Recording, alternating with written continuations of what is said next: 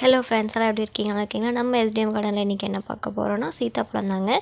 எல்லா வருஷம் போலேயும் இந்த வருஷமும் வந்துட்டு நல்லாவே காய்ப்புக்கு வந்திருக்குங்க. இது வந்துட்டு விதையிலேருந்து கொண்டுட்டு வந்த செடி தாங்க. ஒரு 1 இயர்க்கு அப்புறமே காய் பிடிக்க ஆரம்பிச்சிருச்சு. காய் மாறினதுக்கப்புறம் எப்பயும் போல் வந்துட்டு மரத்தை ஃபுல்லாக இறக்கி விட்டுருவேன். அதுக்கப்புறம் அதுலேருந்து துளிர் வந்து மரம் வந்து பெருசாகும். இங்கே பாருங்கள் எவ்வளோ பிஞ்சுகள் இருக்குதுன்னு, நிறையா வச்சுருக்குங்க. இப்போ நம்மளுக்கு கொஞ்சம் அறுவடைக்கும் இருக்குது. அதையுமே வந்துட்டு பறிச்சிடலாம்.